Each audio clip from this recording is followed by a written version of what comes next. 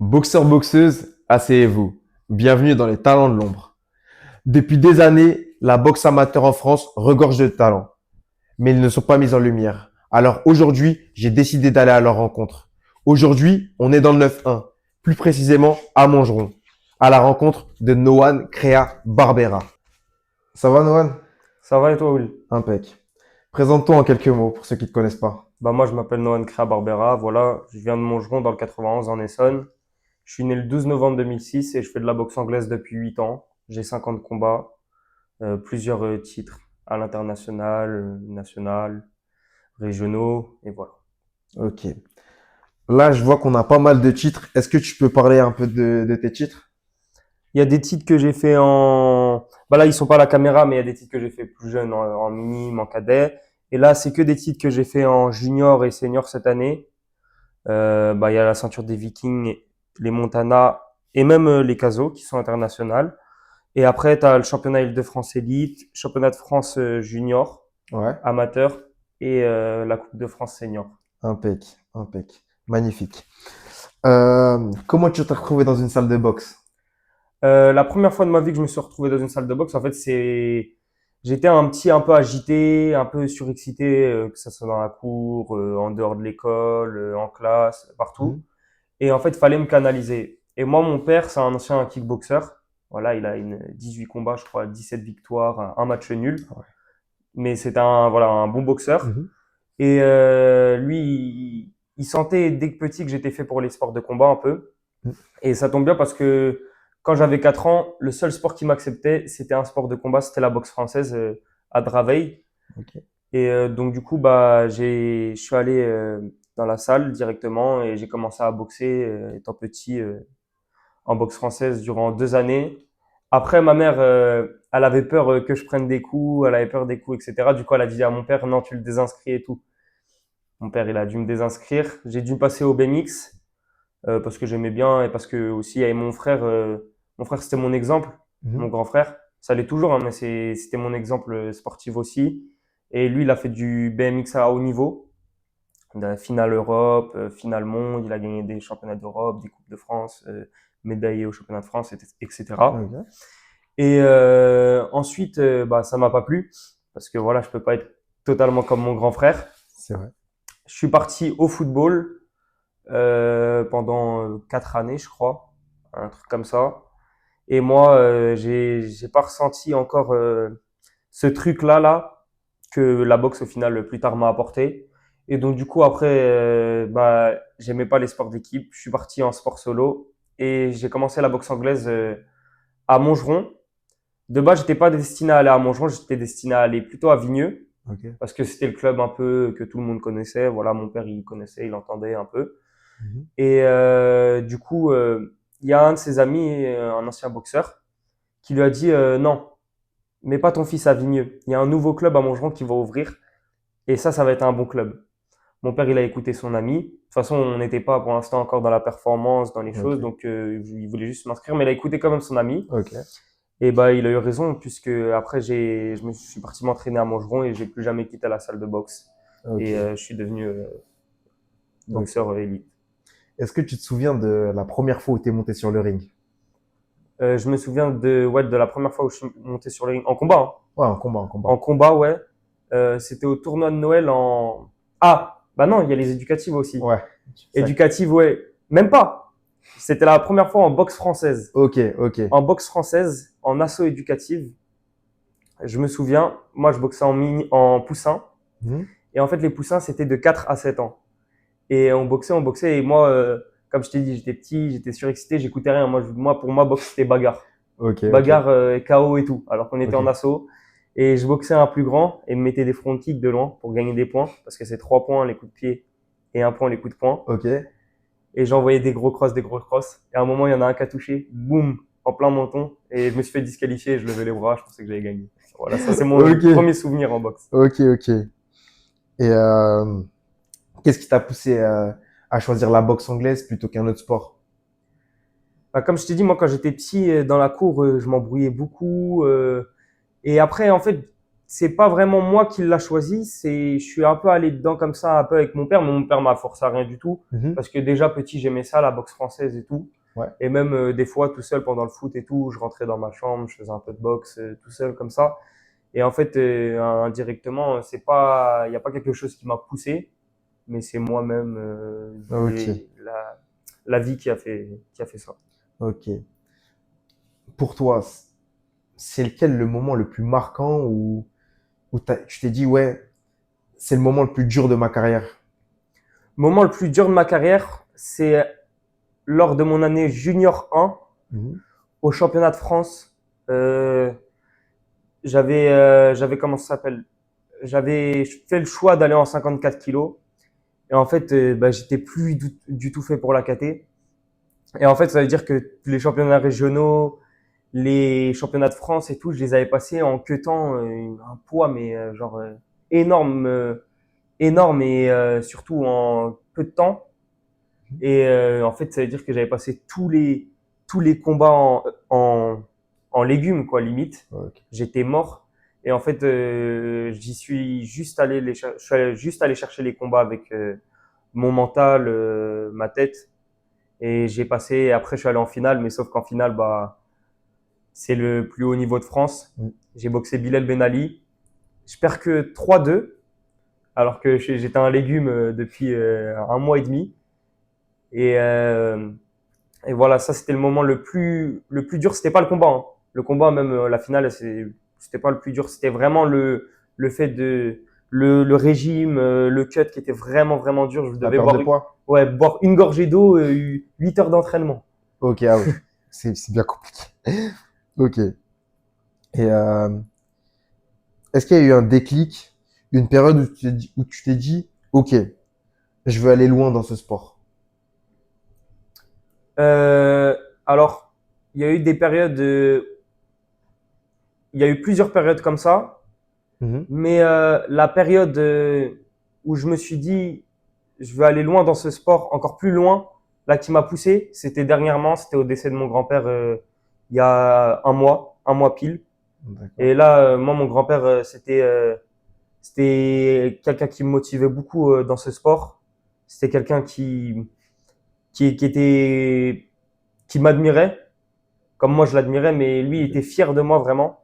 Et en fait, ce jour, je me suis fait la promesse et je me suis dit que fallait que j'aille le plus loin dans ce sport et que j'étais sûr que j'allais faire quelque chose de grand. Ok. Du coup, tu fais ça pour lui. Voilà, là je fais ça pour moi aussi, Ouais. mais surtout pour lui, pour mon père, pour ma mère, pour tous les gens de ma famille qui s'investissent, qui croient en moi, pour mes amis. Et voilà, et j'ai la persuasion et je vais leur faire la promesse que je ferai quelque chose de grand, au moins un titre, un gros titre. Ok. Là, tu viens de me parler de ta famille. Qu'est-ce qu'ils représentent pour toi, pour, par rapport au sport? Ma famille, il y a ma mère qui prend soin de moi, mais ma mère, c'est plus sur le côté affectif, etc., qui est gentil, Mhm. qui apporte de l'amour. Après, il y a mon père, lui, mon père qui me pousse plus durement, mais en fait, il me forge, il me fait devenir fort dans ce sport, avoir un fort caractère, jamais abandonner. Et après, j'ai le soutien de mon frère, de mon meilleur ami, tout cela, tous ces gens-là, en fait, c'est des gens qui m'endurcissent, qui m'encouragent à pas lâcher. Et je vois que qui s'impliquent à fond avec moi, qui me demandent toujours des nouvelles. Ils viennent à mes combats quand ils peuvent venir. Mon père est tout le temps là. Mon père, il a raté peut-être dans ma vie 5 combats et c'est parce que c'était des combats au Ouais, Monténégro, j'ai pu voir ça, j'ai en, vu. en À la Coupe de Allemagne. France, ouais, j'ai Mon pu père voir est ça. tout le temps là. Mon père est tout le temps là. Ok. Donc ça veut dire en fait, je me sens obligé de lui rendre l'appareil. Ok. Impec. Euh, comment tu définirais ton style de boxe? Moi, mon style de boxe, je le définis plutôt agressive, Mhm. plutôt aller chercher le combat sur l'attaque. Après, moi, je suis un boxeur, je suis polyvalent. Ça veut dire qu'en fait, je suis très bon en attaque, mais je peux reculer aussi sans Ok. difficulté. Tu C'est-à-dire, je t'adaptes. peux reculer, contrer sans difficulté. Je m'adapte en fait. Ok. Euh, est-ce que tu penses que ta personnalité en dehors du ring, elle se ressent dans le ring? Dans le ring, bah, je sais pas comment vous me voyez, mais moi, je me vois un peu surexcité quand je regarde mes combats. C'est-à-dire toujours à montrer la fougue, vouloir aller chercher le combat, etc. Et après, dans la vraie vie, je sais pas si ça se définirait de la même façon, mais moi, dans la vraie vie, je suis quelqu'un de plutôt actif, joyeux, qui bouge, qui rigole. Ok. Bon J'aime pas être vivant. posé. Voilà, je suis un bon vivant. J'aime pas Ok. être posé comme ça, dormir, rien faire. Ok. Euh, dans la boxe, est-ce que tu as des inspirations ou même dans la vie? Dans la vie, enfin, pour son caractère, j'aime bien John Jones, à part Ouais, ses mauvais côtés ouais, ouais, qui ressortent des fois. Mais ouais. j'aime bien John Jones parce que c'est un quelqu'un de fort, technique, il est malin aussi. Quand j'écoute ses interviews, des fois il dit des choses pertinentes que j'aime bien. Après, niveau boxe, j'aime bien Bivol parce Mhm. qu'il est agressif, mais il est malin en même temps. Tu sais, il boxe. Il a une boxe, ils disent que c'est le boxeur qui se fait le moins toucher. C'est Ouais. le boxeur qui s'est fait le moins toucher de tous les boxeurs. Donc en Ok. fait, j'aime bien, mais tu vois, pour autant, c'est pas un mec qui tourne, qui fuit le Ouais, combat. ouais, C'est il rentre quelqu'un qui dedans va quand même. chercher. Ouais. Et sinon, voilà, après, Bivol, Beterbiev, j'aime bien aussi parce qu'il est dur, il est agressif. J'aime bien Canelo, j'allais dire. Lomachenko, Ouais. pour le Fight IQ. Il est malin et même c'est beau à voir. Mais en fait, j'aime pas les boxeurs qui reculent Ok. ou qui font trop de cinéma. Tu vois, j'aime bien les boxeurs qui sont simples, efficaces. Et je Mhm. trouve que ces boxeurs, en fait, ils vont toujours chercher le combat tout en restant efficaces et sans prendre trop de coups et en restant malin. Donc pour Ok. moi, c'est ces boxeurs-là mes Ok. inspirations. Ok, impec. Du coup, toi, en combat, est-ce que tu es plutôt un boxeur qui boxe à l'instinct ou un boxeur un peu plus réfléchi qui va préparer avant d'attaquer? Moi, je pense que moi, je suis polyvalent, pareil. Je sais Ok, faire les deux parce que des fois, un contre, il va sortir naturellement, tout ok. naturellement parce qu'il est travaillé à l'entraînement ou Mhm. alors parce qu'il sort instinctivement. Et après, il y a des moments où ça va être plus sur la réflexion. C'est-à-dire que quand tu es fatigué, bah, ton instinct, forcément, il diminue un peu. Mhm. Et donc, du coup, bah, tu vas plus devoir réfléchir et t'économiser sur des coups utiles, des façons de boxer utiles pour toujours c'est comment rééquilibrer le niveau. C'est-à-dire au moins de serrer le match ou même d'être au-dessus, Mhm. mais tout en t'économisant. Ok, je vois très bien. Là, on a pu parler un peu de ta famille, un peu de comment t'en es arrivé dans la boxe, mais on n'a pas parlé de ton club, le NABA. Hmm. Euh, est-ce que tu peux nous parler un peu de ton club? Bah, moi, mon club, comme j'ai dit, il a 8 ans. Ouais. 8 ans, ouais, 8 ans. Je crois qu'il va sur ses 9 ans là. Mhm. Moi, je suis arrivé dès le début. Et les entraîneurs, voilà, bon, maintenant il y en a plusieurs. Au Ok, tout début, c'était Théo ok, et Riyad. Et après, au fur et à mesure du temps, il y a Younes qui est arrivé, Rami qui est arrivé aussi et qui était à Vigneux avec son frère, mais qui sont mhm. venus. Et en fait, bah, ils s'occupaient chacun des groupes et ils ont fait qu'en fait, on pouvait toujours augmenter notre niveau en temps et en heure. C'est-à-dire on accumulait pas de retard parce que tout le monde s'impliquait à fond. Et alors que c'est pas le cas pour tous les clubs, tu vois, il y a des clubs Ok, où on s'occupe que des loisirs ou alors que des compétiteurs. Bah là, ce qui est bien, c'est que c'est vrai. ça s'occupe de tout le monde, c'est familial. Voilà, nous les compétiteurs et les loisirs, ils ont le même entraînement. C'est-à-dire Ok, que le loisir, il fait le même fractionné que le compétiteur. ok, ok. Et en fait, ce qui est bien, c'est que ça te freine jamais dans ta progression. C'est-à-dire que les entraîneurs, ils adaptent pas. Ils vont adapter Mm. certaines choses, mais ils se font pas ménager en tout cas. Loisirs, oh, revenez, c'est sympa chez nous, c'est pas trop dur non plus. Ok. Du coup, ça fait que dans ton club, il y a un niveau assez élevé, du Il coup. y a un niveau assez élevé et même c'est familial. C'est-à-dire Ouais. que nous, on est une grande famille. Et même on a des comment ça s'appelle? Ah, j'ai le mot qui m'échappe. C'est des principes. Ouais. Ça veut dire qu'il y a personne qui tape. Si t'es plus fort, tu vas pas taper sur le plus faible. On va te mettre un plus fort. Comme Ok, ça, c'est toi qui vas travailler. ok, ok. Voilà, on a des principes qui nous ont instaurés depuis le début. Et voilà. Ok, impeccable. Euh, avec ton coach, Hmm. tu m'as parlé de tes coachs, mais j'ai vu que il y a un coach avec qui tu as plus d'affinité, Riyad. Ouais. Est-ce que tu peux me parler un peu de Riyad?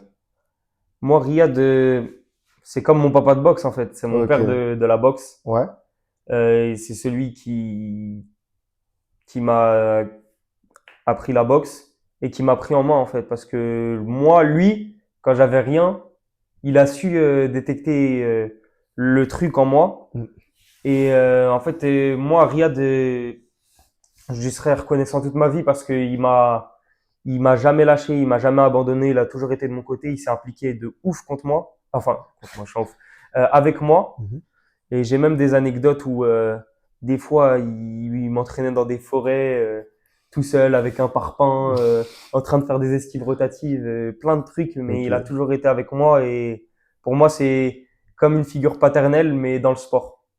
Ok. Voilà, et il y a même en dehors, on rigole bien, Riyad. C'est pas, il n'y a pas que la relation coach, il y a même une relation extérieure où on s'entend très bien et voilà. Bah, impeccable, parfait. Euh, Toi, à l'heure actuelle, euh, quel regard tu portes sur le niveau de la boxe en France, la boxe amateur? Moi, je pense qu'en France, on a un très très très très bon niveau amateur. Mhm. On a un très bon niveau amateur et je le vois sur comment ça s'appelle. Des fois, je vois des boxeurs qui sont éliminés dans des étapes tôt du championnat de France Mhm. et qui arrivent à battre des champions nationaux d'autres pays quand ils vont dans des tournois, alors que c'est des mecs qui n'ont pas dépassé des fois les 16e ou les 8e des championnats de France, quoi. Ok. Et ça veut rien dire, hein, ça fait pas des mauvais boxeurs, des fois ça peut arriver, mais comme quoi, tu vois, on n'a pas forcément que notre champion qui est Ok. capable de battre les champions d'autres pays, quoi. Ouais, le niveau, il est assez homogène. Le niveau, il est assez homogène, ouais. Je Ouais. trouve qu'il est plutôt fort, même. Tu vois, c'est pas tout le temps les mêmes qui gagnent. C'est vrai, c'est C'est vrai. équilibré. Il y a des compètes, c'est lui qui gagne, des compètes, c'est l'autre qui gagne. C'est Tu vrai, vois, c'est pas souvent le même c'est vainqueur, pas ouais. tout le temps le même vainqueur. Tu vois, ça change tout le temps, C'est mais ça vrai. montre un niveau quand même élevé. Parce qu'il y a dans d'autres pays où tu vas, par exemple, moi j'ai boxé un Kosovar au Viking. Le mec, il est champion 15 fois du Kosovo. Enfin, 15 fois, j'abuse, mais Mm. genre, il a pas de concurrence, quoi. C'est vrai, alors que pour gagner des championnats de France, Faut y c'est aller, dur de quoi. Voilà, récidiver, c'est ouais. ça. Ouais, c'est vrai, c'est vrai. Euh, Est-ce que tu trouves qu'on donne assez de visibilité aux boxeurs en France? Que ce soit amateur comme pro, hein, mais est-ce que tu trouves que la boxe a assez de visibilité, pardon? Non, je trouve qu'on n'a pas assez de visibilité parce que, par exemple, bah, t'es jamais reconnu dans la rue. Et C'est c'est pas vrai, les plus forts qui sont reconnus dans la rue, dans la boxe. C'est ceux c'est qui sont vrai. les plus forts sur les réseaux. Mm. Mais les vrais boxeurs, ils sont rarement reconnus, hein. Des fois, tu peux voir des mecs qui sont champions de France pro, même amateurs, seniors, champions de France, qui ont des titres élites et tu vas jamais les reconnaître dans la rue. Et je trouve qu'on n'a pas une assez bonne couverture médiatique. C'est vrai, c'est vrai. Euh, Là, je vais te poser une question un peu plus précise, qui serait un peu plus pour toi. Mais est-ce que tu te considères comme l'un des meilleurs boxeurs de ta catégorie à l'heure actuelle? Moi, je me considère, oui, comme un des meilleurs boxeurs. Je suis sûr d'être un des meilleurs boxeurs, voire même si je suis pas le meilleur dans ma catégorie. En France, hein. Oui, en France, en Même France. mondialement, je pense que je suis dans les meilleurs. Ouais, Pour moi, hein. Personnellement, je suis intimement convaincu que je suis dans les meilleurs. Mais sans pour autant enlever qu'il y a des très bons boxeurs en France aussi, que je respecte. Et pareil dans tout le monde entier. ok. Et pourquoi tu as cette intime conviction, dis-moi? Bah déjà, j'ai cette intime conviction parce que j'ai battu plusieurs champions nationaux. Ouais, Mes résultats aussi, 50 combats pour 42 victoires. Et voilà, mes défaites, bon, des fois, je vais pas dire, voilà, ok, mais même il y a des finales des championnats nationaux. Voilà, c'est pas des défaites où j'ai perdu dans un gala, quoi. ok. C'est des défaites toujours au haut niveau. Et je pense que j'ai toujours démontré, même face à des bons boxeurs, que j'avais euh, que j'avais le niveau. Et voilà. Ok, impeccable. Ok. Maintenant, je voudrais savoir qu'est-ce que, quels sont tes projets, quels sont tes objectifs à court terme? Bah déjà, mes objectifs à court terme, c'est de récidiver au championnat Île-de-France. Ok? Voilà, donc faire champion Île-de-France senior élite encore dans l'année qui arrive. Ok, confirmé du coup. Voilà, confirmé Ouais. déjà. Et aller décrocher la ceinture des championnats de France senior élite. Mhm. Pour l'instant, c'est ce qui est prévu à court terme. On est focus sur ça et je travaille pour tous les jours. Ok. Et sur le long terme? Sur le long terme, c'est tout prendre. Ok. C'est-à-dire tout. Je veux rien laisser, pas une miette. Ok, ok. C'est-à-dire championnat d'Europe, monde, et pareil en senior, tout prendre. Ok. En professionnel, pardon. Ok. Et sur le long terme, est-ce que tu envisages d'aller en équipe de France, de faire des tournois internationaux? Pour moi, j'aimerais bien pas sur le long terme, justement, à Mm. court terme, c'est-à-dire Oui. là, dès la saison là qui arrive. Après, l'équipe de France, on sait que c'est pas donné, mais il faut toujours travailler à fond. Et Mhm. je pense que j'ai largement ma place. Et j'espère y retourner. De toute façon, c'est Dieu qui fait les choses et on verra bien ce qu'il nous réserve. En tout cas, moi, je m'entraîne toujours à fond. Toujours, je vais essayer de donner mon maximum et on verra bien ce que Dieu me réserve. Ok. Impeccable. Je vois que tu m'as dit que c'est ce que Dieu te réserve. Ta foi, comment dire? Déjà, est-ce que tu es croyant? Ouais. Ok. Est-ce que ta foi, elle t'aide dans ton sport? Moi, ma foi, c'est ce qui m'a. Dieu, c'est la personne qui m'a le plus aidé. Ok. C'est la personne qui m'a le plus aidé quand c'était dur, quand c'était bien. On peut voir, moi, je remercie tout le temps Dieu, même des fois quand je perds. Si j'y pense, je fais toujours mon signe de croix parce que il peut nous arriver plus grave que perdre dans la vie. Voilà, des problèmes de santé, d'autres problèmes. En tout cas, moi, Dieu, dans tous les moments, il m'a aidé. Moi, je sais que pendant même mes combats, je pense à Dieu. Et en fait, c'est quelqu'un qui m'accompagne tout le temps et qui m'a même pas forcément que dans mon sport, mais dans ma vie, Dans ta toujours vie au quotidien, ouais. accompagné. Et voilà. Ok, impeccable. Si tu pouvais envoyer un message au Noah d'il y a 5 ans, qu'est-ce que tu lui dirais? Je lui dirais de pas lâcher, que c'est bien ce qu'il fait. Euh, et voilà. Ok, Parce que j'ai pas vraiment de regrets, j'ai aucun regret. Je trouve que j'ai bien fait les choses et je me suis donné à fond. ok. Et de mieux que t'es quand j'étais en 54 kilos. C'est Ok, ce que je lui dirais. ok, ok. Tu m'as enlevé les mots de la bouche, de la bouche, pardon. Je voulais savoir si tu avais des regrets au niveau de ta carrière. Du coup, tu y as répondu. Et j'avais juste une dernière question. Est-ce qu'il y a un boxeur en particulier ou quelqu'un que tu aimerais affronter à l'heure actuelle? Je pense pas à une personne en général. Je pense que je peux. Moi, je suis prêt à affronter tout le monde. J'ai la tête et j'ai le bagage pour faire. Donc, c'est-à-dire technique, physique.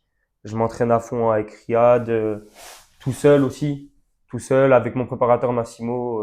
Mhm. On s'entraîne à fond. Donc, je pense pas vouloir affronter quelqu'un, mais je pense que je peux affronter tout le monde et voilà. Ok. Bah, Noël, je te remercie pour cette interview. Je pense que maintenant, les gens en savent un peu plus sur Noan, sur son parcours, sur son vécu. Et on se retrouve sur la prochaine vidéo, sur la prochaine interview. C'était les talents de l'ombre.